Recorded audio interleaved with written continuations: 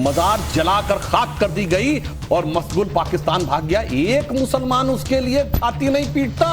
और किस लिए शहीद की गई कि मजार कुफ्र है?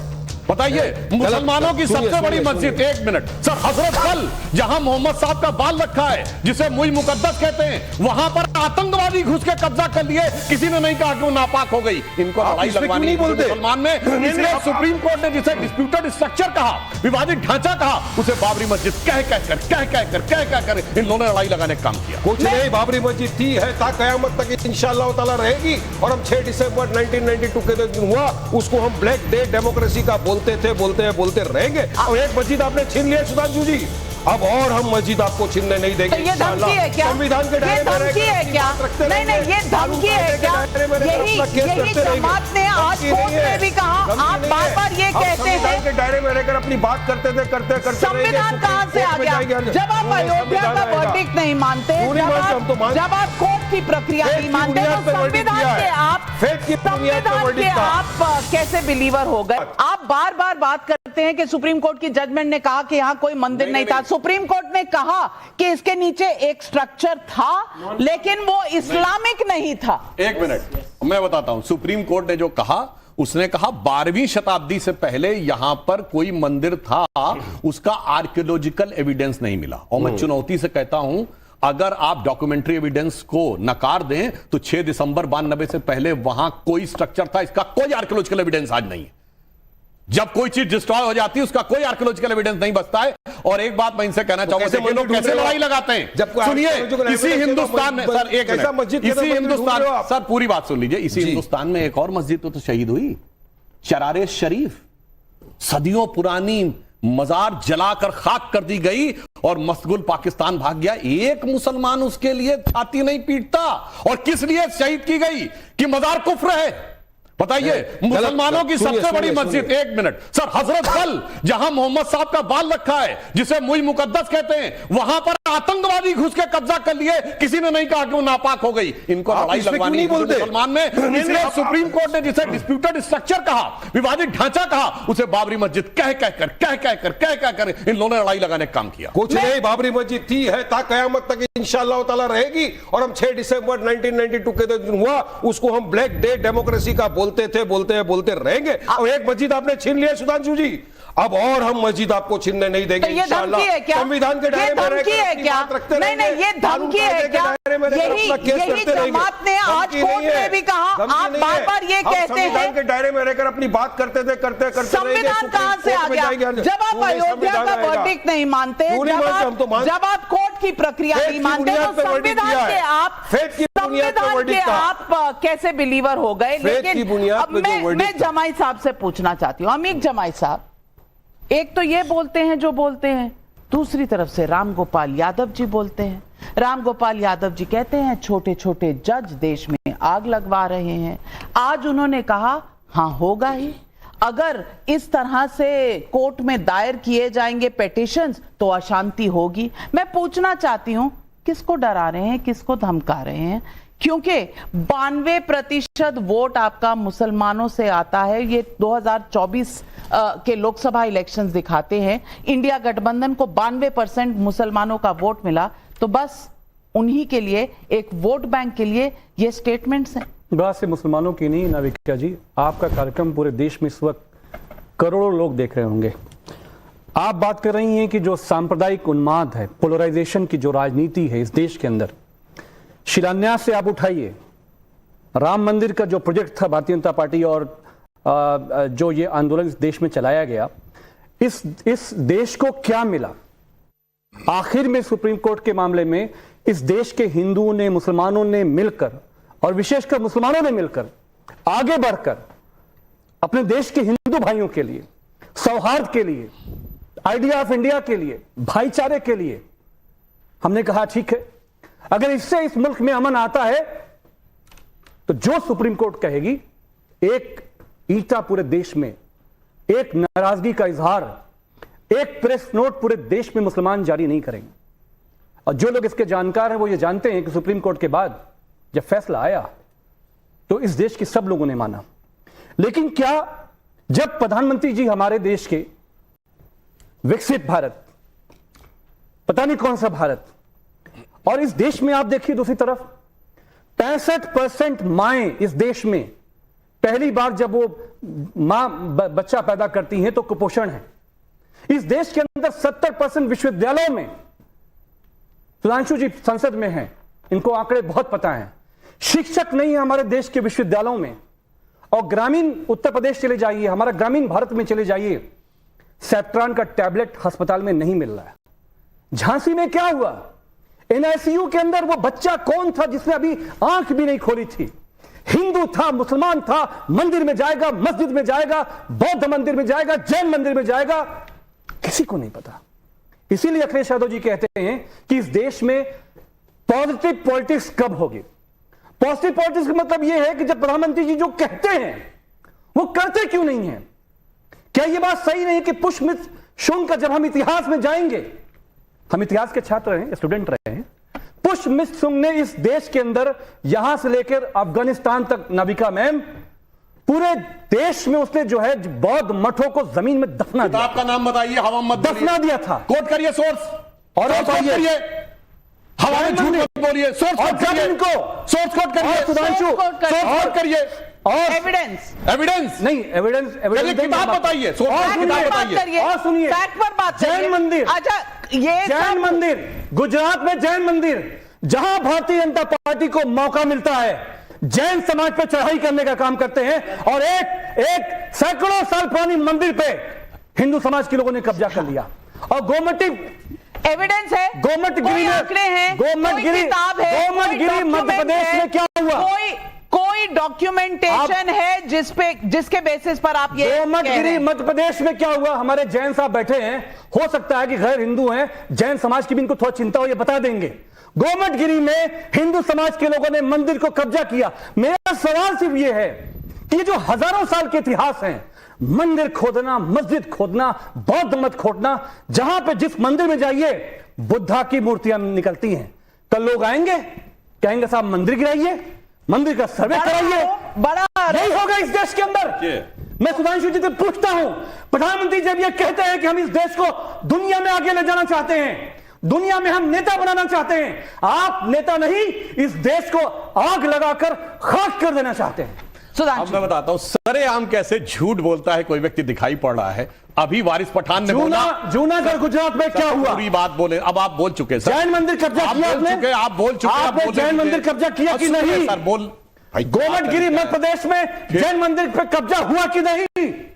अब आप बोल, हम जाए, क्या तरीका है भाई? जाए, बोल चुके ना, अरे हम कह रहे हैं हमें बोलने की जाए, दंगा करवाएं, कुछ करवाइए, जैनों को लड़वाएं, हिंदुओं धमकी किस बात की है? ये धमकी किस बात की है?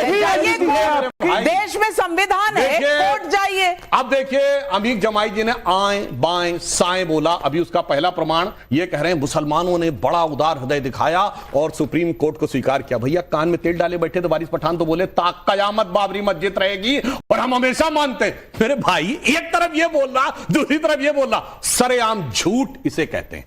अब आइए, आपने इस प्रकार की बात कही कि बौद्ध धर्म को नष्ट किया गया, तो मेरे बात आप नहीं बता पाए। मैं किताब का नाम बता रहा हूं। अरे भाई, आप अपने ढंग से बोलिए, अभी तो मत बोलिए, आप बोल चुके हैं। रोमिला थापर से लेके सबकी किताब कोट कर दूंगा, आप किताब कोट करो। मैं क्या पुष्पमित्र शुंग आपका हीरो है?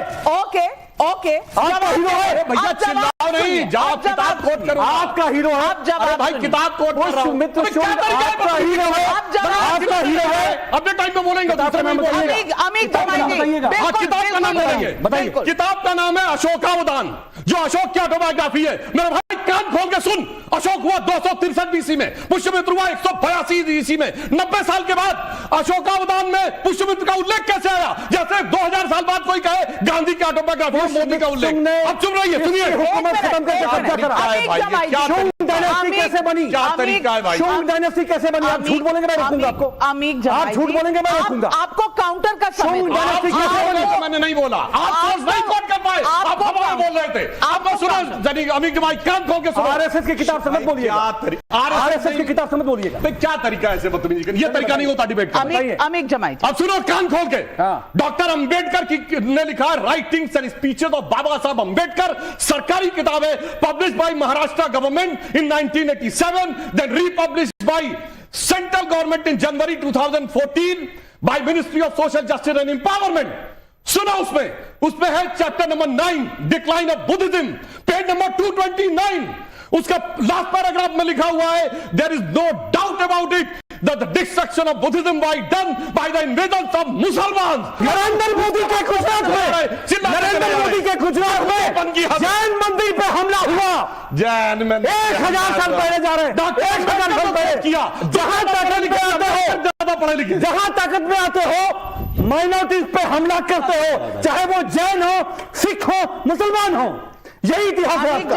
अच्छा चलिए अमीक जमाई छोड़ो, चलो हिंदू मुस्लिम की बात अलग है। सुनो, अरे भाई सुनो, जहां सिर्फ मस्जिद है वहां धमाके जूनागढ़ में क्यों गिरा? बताओ पेशावर में धमाके क्यों होते? बताओ अफगानिस्तान में धमाके क्यों होते? बताओ सीरिया में धमाके क्यों होते? हमला क्या सिर्फ मस्जिद में धमाके? जूनागढ़ पे हमला जाओ मत करो। जूनागढ़ पे हमला सोर्स तुम्हें नहीं पता था, एक किताब नहीं पता था, और जब सोर्स कोट करने लगे कॉन्सेप्ट करने लगे। नरेंद्र मोदी का गुजरात, नरेंद्र मोदी का गुजरात जैनियों की मंदिर पे हमला करके कब्जा करेंगे। चलिए अमीक जमाई जी, अमीक जमाई जी, अमीक जमाई जी, अमीक जमाई जी, आप विष्णु जैन से, आप विष्णु जैन से ज्यादा जैनी तो नहीं है ना? विष्णु जैन जी, इन्होंने जो कहा इसका सच क्या है? देखिए, सबसे पहली बात मैं बताना चाहता हूं, मुझे अमीक भाई की इस बात से ऐतराज। इन्होंने कहा कि मैं गैर हिंदू हूं। मैं अपने बिहाफ पे और जितने मेरे जैन मुनि हैं जिनको मैं नमस्तु करता हूं, उनके बिहाफ पे कहना चाहता हूं कि जैन समाज हिंदू समाज का अभिन्न अंग है।